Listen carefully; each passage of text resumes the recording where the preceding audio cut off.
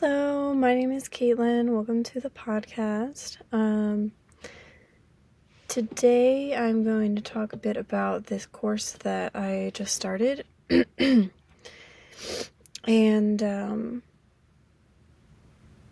we had a long weekend this weekend. It was Martin Luther King Jr. Day yesterday, so it's been a minute since I've recorded. Also, Friday I had a doctor's appointment, so I wasn't able to record that day. So it's been a little while. But I record pretty much every day that I can. Yeah. A little recap. This weekend was pretty good. Pretty low key.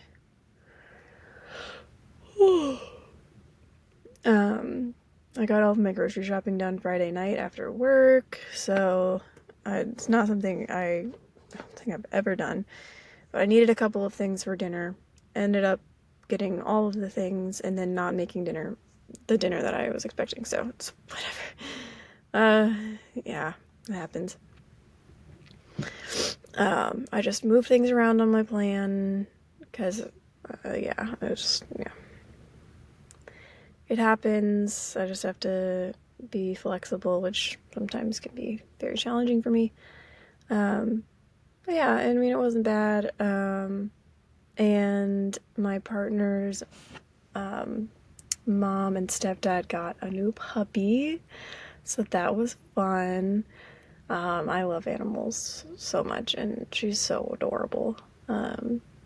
So that was a lot of fun. And we babysat the puppy yesterday for a little while, so definitely a highlight of my weekend.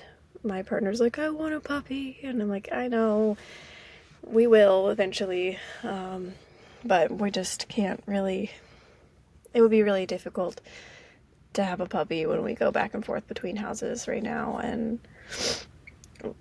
we really should be saving up money to have our own place and then think about puppies. But I was open to it. You can't push everything off until later. Like, you have to enjoy your life, so I didn't want to be like, no, we can't, but also let's think this through. So yeah, I think not right now, but I'm not sure if we'll wait until we have a house or not. But I've got a lot of goals when it comes to that. I've been really on this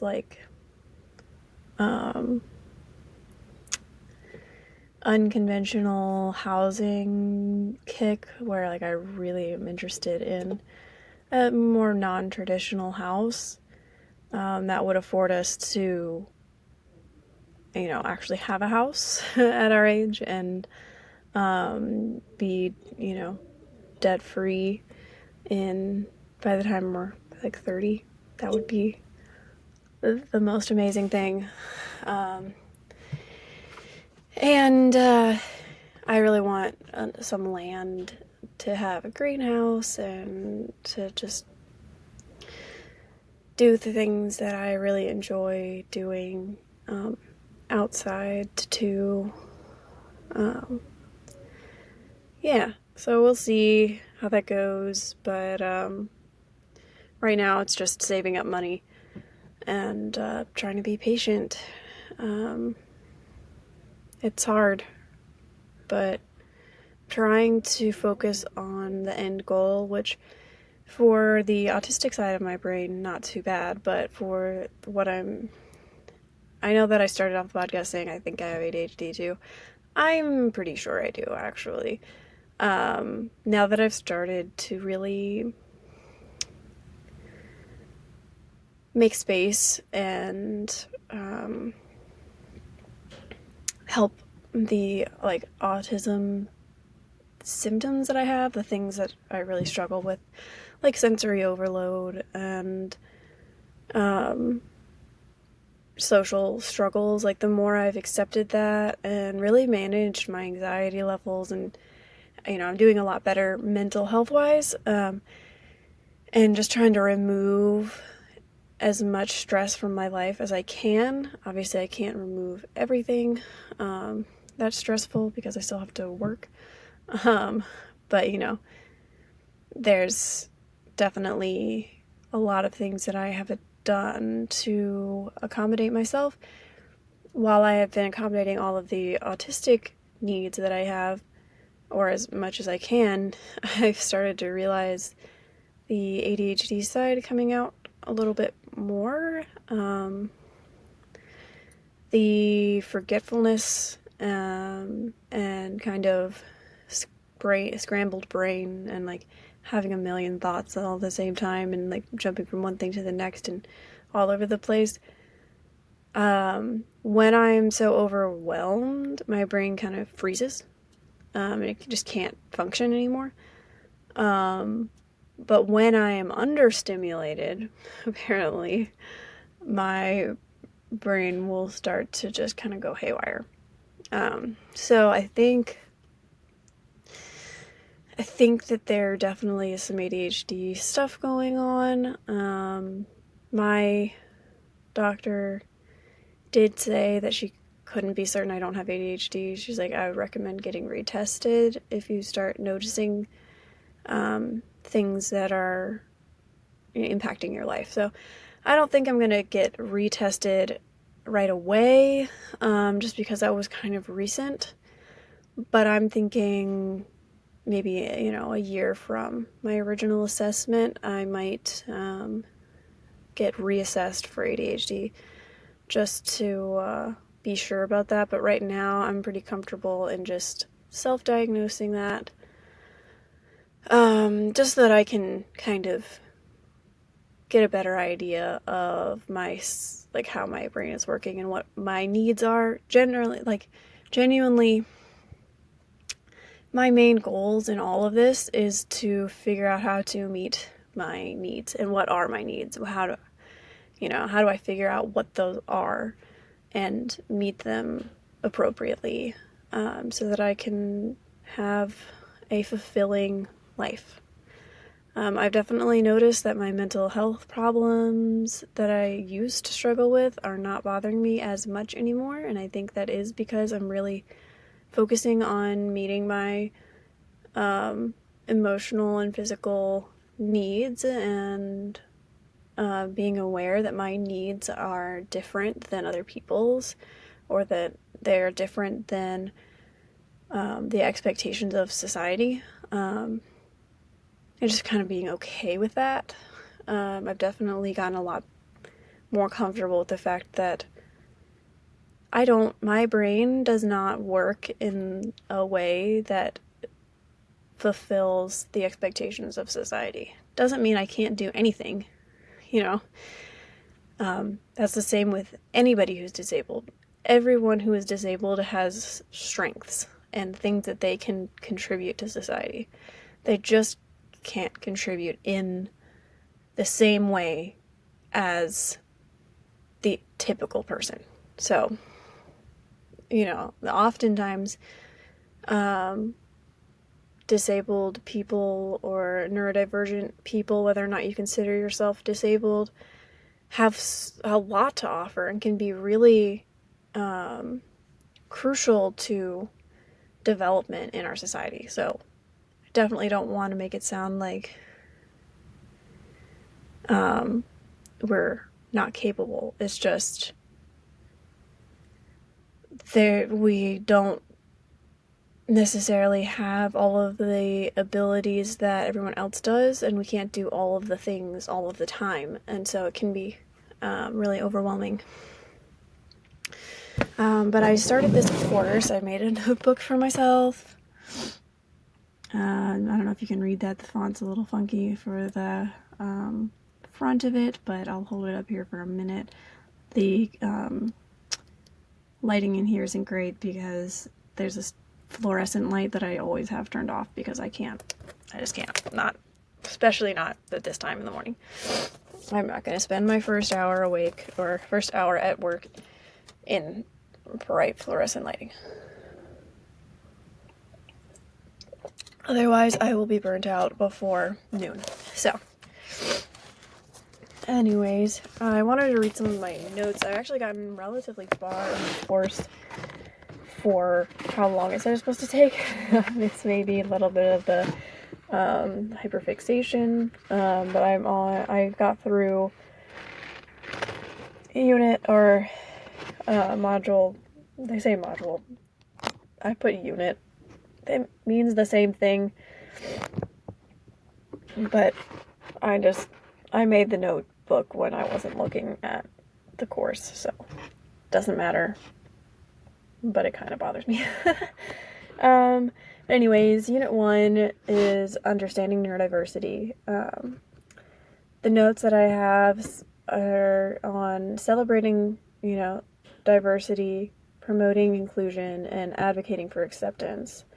Neurodiverse conditions are autism, ADHD, dyslexia, Tourette syndrome, and many more. And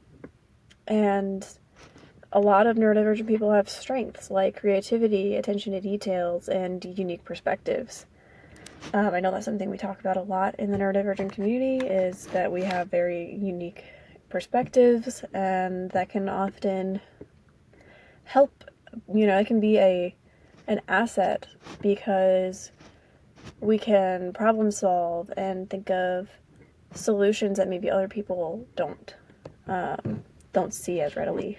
So, but it also can come with challenges like sensory sensitivity, social communication difficulties, and executive function differences, which I have all of those. And everybody has varying levels of these things. So,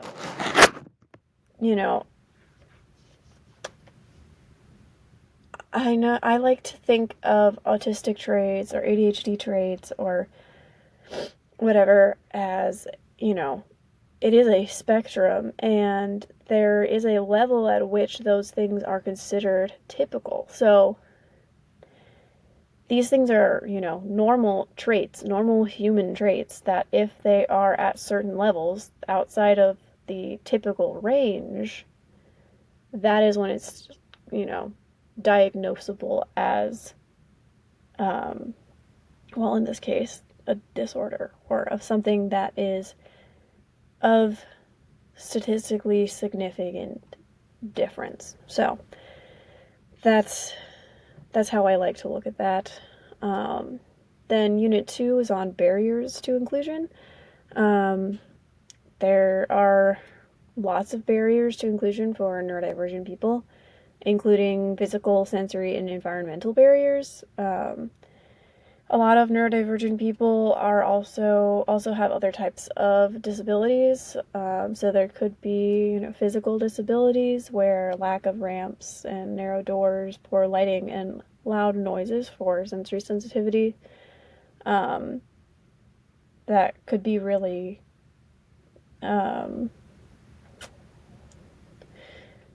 inhibiting to our participation in various activities, whether it's work or school or,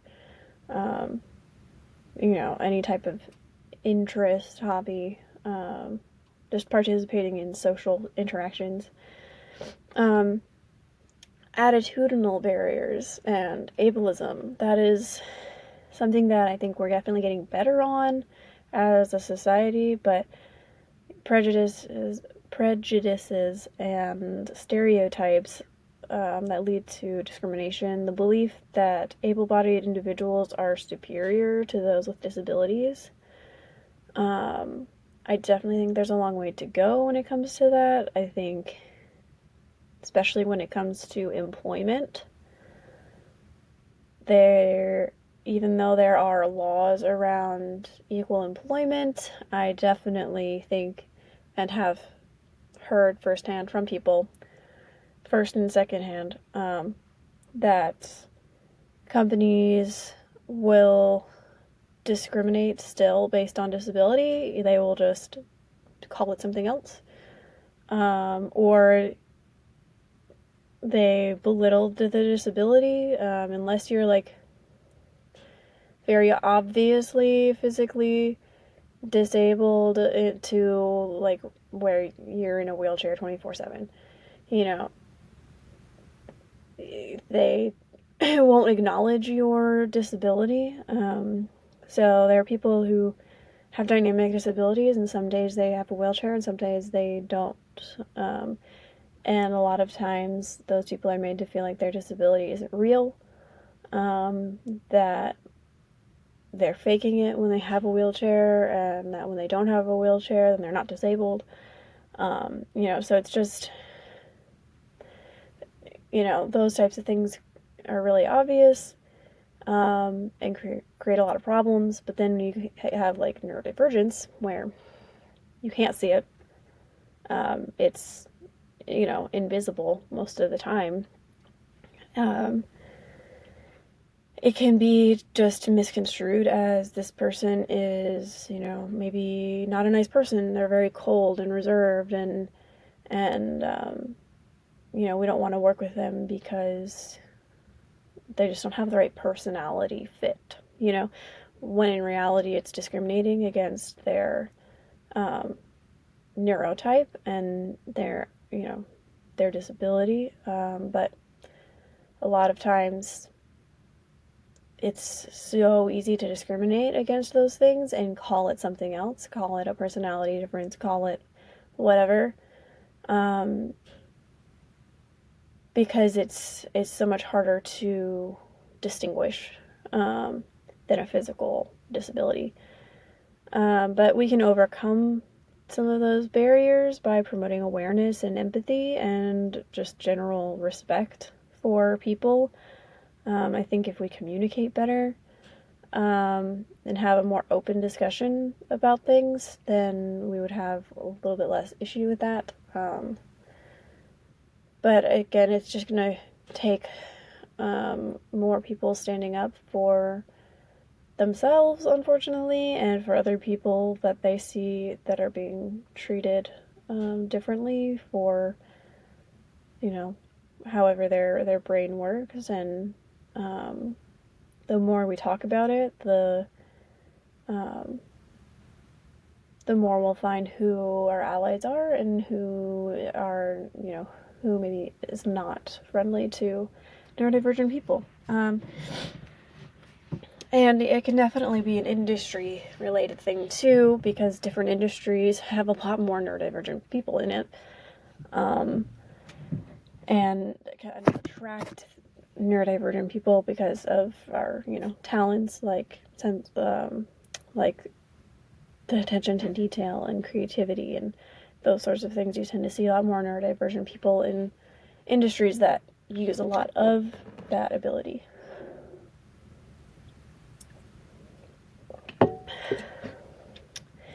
And then there are institutional barriers like policies and practices that unintentionally exclude individuals with disabilities. Like I was saying, it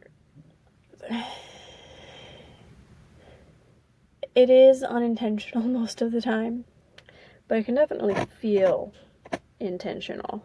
And sometimes it is intentional. But I do think that most of the time it is unintentional, that there are policies and practices that are barriers to, allowing neurodivergent people to have meaningful and gainful employment. The amount of neurodivergent people that do not have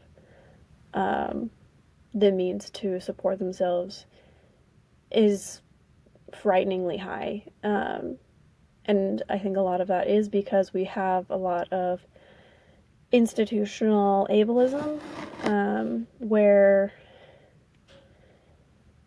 the policies were created at a time or by people who generally believed that this, however their version of functioning was standard and normal, and like that's the thing that everybody has to be at, like that's the level everyone has to be at. And that's just not the case most of the time. And A lot of these policies haven't changed to accommodate people. And I get that there are certain industries that can't like be as inclusive when it comes to like it could be like, I don't know. There are certain things that I know maybe not all neurodivergent people would be suited to. However, it doesn't mean that they should be excluded entirely either. I know for me, like working in customer service and being very customer facing is both a strength and a challenge for me, because I am really good at problem solving, and I generally am good at understanding like what people are communicating to me when they need something. But the other types of social interactions can be really difficult for me if it's not a direct, like, I need this, I need help with this. It can be difficult for me to just engage in social chit chat, and that can be just really draining for me. And so, dealing with the other side of things, where, yeah, people see me all the time, so they think they can just, that I just want to talk because I'm just sitting there and I'm friendly when they need something. And it's not that I don't want to be friendly. Like, I want to be friendly. I just don't want to be burnt out by constantly talking to someone. Like, I'm here to help you because I genuinely want to help you. But if you don't need help, then we're good. Like, we don't need to be friends. Like, I can't engage in that kind of socializing all the time. My brain can't handle it. So it's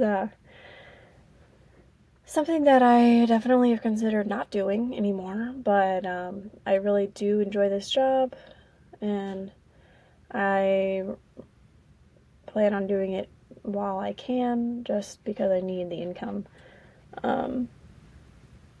But it is a lot. It is very taxing, and I don't really do much outside of this job because I just don't have any capacity outside of this job. It takes a lot of my mental energy. So taking this class has really been fun for me, because it's a special interest of mine right now, and I really love understanding myself better. But and I do find that when I do engage in my special interest, it is a kind of recharging for me. Whatever it is at the time, because it's changed over the years. But whatever my special interest is at the time, if I really dedicate time to engage in that, I feel like it's really beneficial for my mental health and kind of helps me recharge my battery. But yeah. I don't really have time to do anything else outside of the bare necessities. And then this is kind of my hobby at the moment. But I only got through 2 units talking with you guys. I'll try to get through the rest of this page, but I think that's going to be it, which is unit 1 through 4. Unit 3 is inclusive communication. So I'm just kind of talking about how we can introduce neurodiverse affirming communication, just embracing the idea that different ways of thinking and processing information are valuable. They are natural. We like these types of brain structures are natural. They're naturally occurring. They're not things that they're not a disease. They're not something you can catch. It's not it's not pathological, you know. It's just a different way of processing. And that those things are valuable. You know, the strengths that we have, the way that we view things is beneficial to our society. I think that we need to reframe what neurodivergence can look like. Like, there are a lot of positives to being neurodivergent. While there are challenges, the challenges are highlighted because we don't have the structure to support our needs. If the world was structured to fit the autistic way of processing, then it would be really challenging for the neurotypical person because their needs wouldn't be met. So it's more evident because autistic people or ADHD people or, you know, various other neurodivergent people, their needs aren't being met, and that's why it's obvious the differences and the maybe struggles that we have. But it doesn't mean that we necessarily have more weaknesses or less strengths. It just means that we have needs that aren't being met by our society because it just wasn't structured that way. Verbal and nonverbal communication, that's something that can be really difficult for neurodivergent people in general. In different ways, autistic people often are known to be kind of flat. I know that my evaluator said I have a flat affect. And my tone can be a bit monotone. I know that I do have some fluctuation in my tone, but it just tends to be more monotoned than other people, I guess. I am muting my computer now because that was annoying. Yeah, just being mindful of how your nonverbal cues could be interpreted. And the same goes for ADHD people. You could be, you know, really fidgety and really like antsy when you're communicating with people, and it can come across like that you're maybe not paying attention to them, or that you don't really want to be in that conversation. Same, or that you're overly in the conversation and you just like won't stop talking, and like it can be you know, that's how things can be perceived. Not saying that that's how it should be perceived, but that can be how things are perceived. And so there are ways to kind of help communicate how, you know, maybe it's having a fidget toy so that you can have a controlled way of getting out your stimming instead of maybe, you know, in a more disruptive way. So trying to find solutions for that. And then for autistic people that may struggle with just being kind of flat and closed off, it could be you know, practicing or just being aware, like not saying, I know that these are all masking techniques, and I'm not saying that these are things that we should do all the time. Absolutely not. But there are certain situations that may call for masking in that way. I know that I have to at work sometimes, but it does take a lot of energy to do that. So you have to really choose which interactions are worth that effort for you. But also, as trying to bring awareness to things, it's okay to also say, hey, I'm aware that I do this thing. You know, you're talking to somebody and you're fidgeting with something, like, I'm aware that I do this thing. You know, you can either disclose your neurodiversity, or you can just say, I'm neurodivergent, and this is something that that helps me, or, just trying to communicate what your needs are in a way that you're not asking for permission, but you're letting them know that, like, I'm still paying attention to you. I'm engaged in this conversation, and this helps me to do that, not the other way around. So, I'm not going to get to Unit 4 because time is going by so fast, but I really love this stuff so much. I'm definitely going to keep talking about this, but another note I have here on 3, I'm going to finish up 3 and then I'll be done, but is active listening. So giving your full attention and reflecting and clarifying information. I know that for autistic people, this comes more naturally as far as the reflecting and clarifying information part. I know that we need clarification on everything. But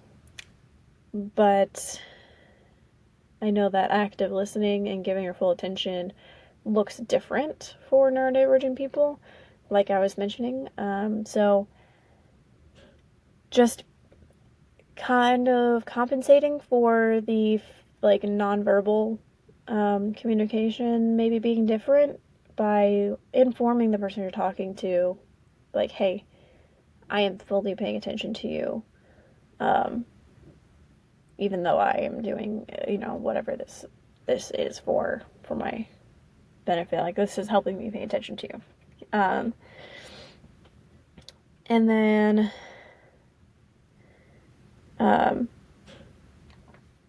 being sensitive to different needs in your sensory environment, lighting and noise, and offering different accommodations for that. I know for me, where I work normally, the lighting's not too bad, but sometimes it's too much, and I have a visor and I have sunglasses, and so depending on the day, if I'm burnt out, if it's a Friday and I did too much this week, and I really didn't take care of myself, or I had a super busy weekend and I, never got to recharge, and I'm just, my bench is still very full. I have not gotten a chance to clear anything. It can be really important to have those tools. I also have my little loops. I love the pink ones. I wish they still had them. I would buy like 3, because I'm so afraid of losing them. I did put a tracker on the case, so as long as I put them back in the case, we should be good. But I need those quite often. I use them in the car, because they're sound filtering, not canceling, so I can still hear things that I need to in my environment, but I don't hear the buzzing or the whoosh of cars going by me and like that kind of stuff. Or if I have to have the heat on blast because it's freezing cold and it was 14 degrees this morning. Fahrenheit, by the way, for anyone who's listening that's outside of the US.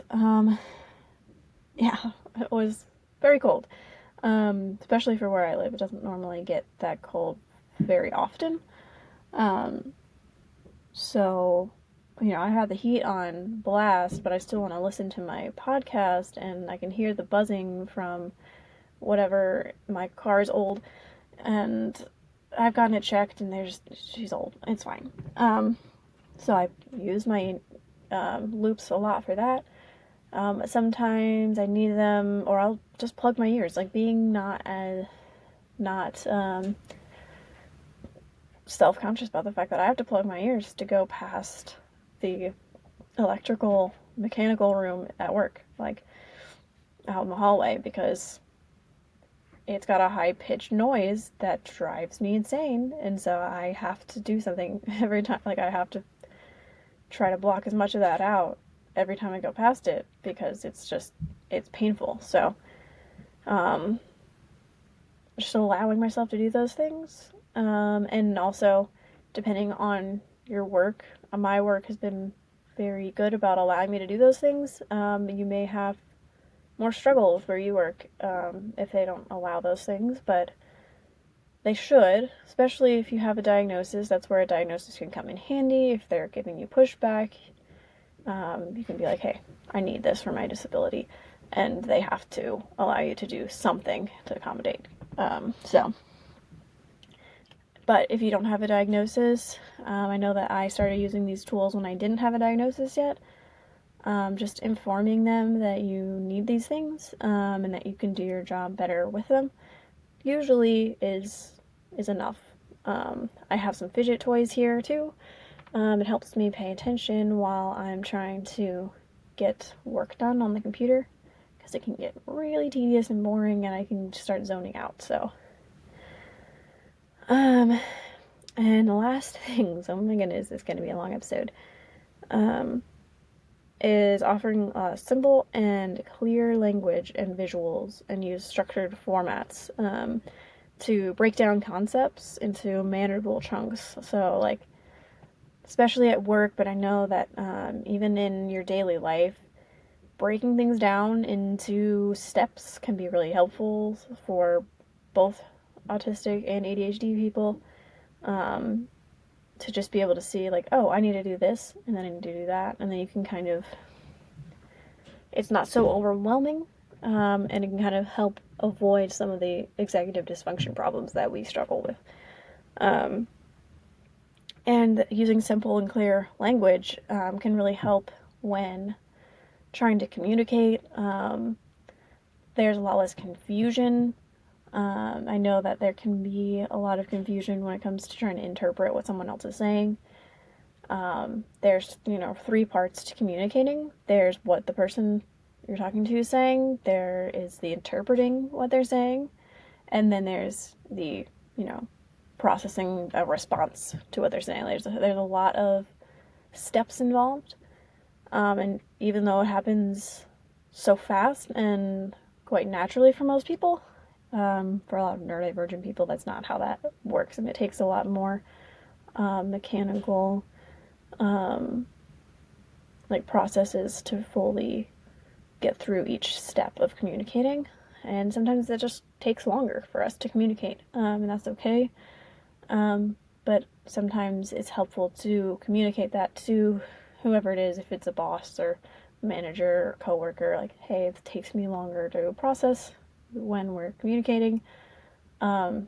So if 5 minutes later after we have a conversation, I think of oh, now I know what I would have said, I may come to you at that point with a response, or I may need a few minutes to process a request or something like that. So just being open and honest about that, hopefully you'll have understanding and empathetic people in your life. But that can also be with friendships. It's, hey, I will read your text. I may not respond right away because I need to process what you said and process how I want to respond, and it's going to take a minute. I'm not ignoring you. That can be really helpful in maintaining relationships, because I know a lot of autistic people have a really hard time with that, and ADHD people as well, especially with the object permanence. It's like, well, if I don't respond right now, I'm not responding for 5 days. But communicating that with your friend, like, hey, sometimes this happens for me, and it has absolutely nothing to do with how much I value you, and I really hope that this is something that, we can work through, and that's not going to be a deal breaker for you. But, we can't control other people's needs either. And then the last thing is just encouraging constructive feedback, questions, and diverse perspectives in dialogues. So, just trying to be open to other people's needs, other people's perspectives, and allowing for questions and feedback. I know that can be really difficult sometimes, but not saying that, constructive feedback, not criticism. So, yeah, that's what I learned in Unit 1 through 3. I will try to remember how far I got because I would much prefer to finish the page, but I'm not going to make an hour-long episode. Yeah, I'm really hoping that today goes well. I did want to talk about one last thing. It's going to be a 45-minute episode. I don't know if anyone else who's neurodivergent experiences this. I know that my partner does not. So I think it's interesting that, because we tend to have a lot of similarities in our brain processing. So, but we are very different too. And,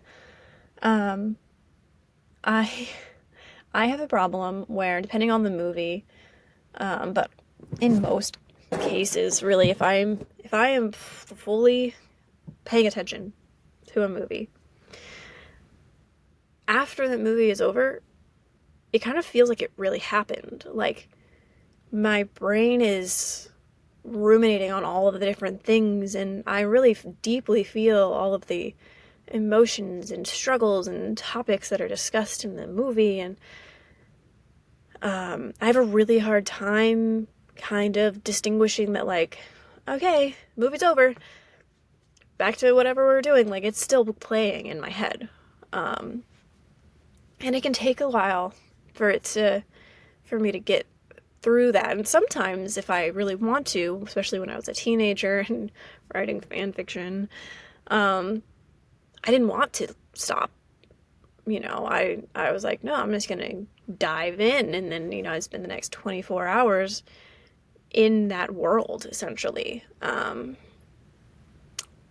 But again, not something that I do really often anymore. But I realized last night we were watching a movie that I really liked a long time ago.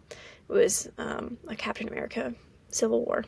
Yeah. So when I was younger, I really liked it. Not that I don't still like it, but like, I was a nerd.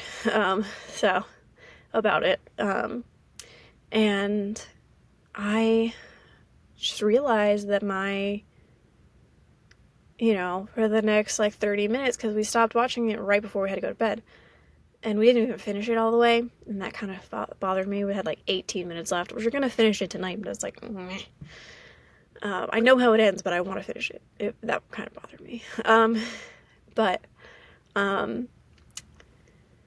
I was still thinking about it while I was laying in bed, and I was like fully feeling the emotions of the characters, and I was like, okay, time to move on.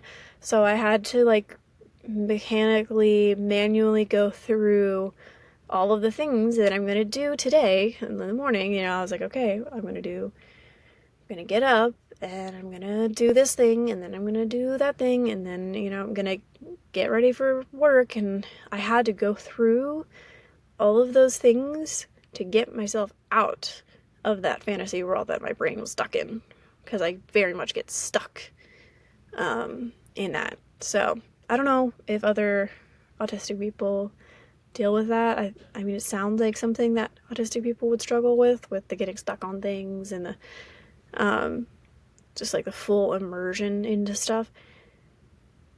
But I would be very interested to hear from you guys if anyone else experiences that with movies. So yeah, that's why I have to be really careful about what I let myself watch, because if I watch things that are really disturbing to me, that's gonna be stuck with me for a long time. Like, that's gonna be in my head now. It was in my dreams. Like it's gonna be there. And so I just have to be really careful about what I allow in my brain. So yeah. Thanks for listening to me ramble on about neurodivergence, and that's kind of what this show is about. I think I'm gradually getting more interesting with what I'm talking about. I don't know. You tell me. Tell me if you liked the topic of this episode and if you want me to do more of these, because I'm definitely going to be doing more on this class that I'm taking. So, yeah. Thank you, and always remember, you are enough.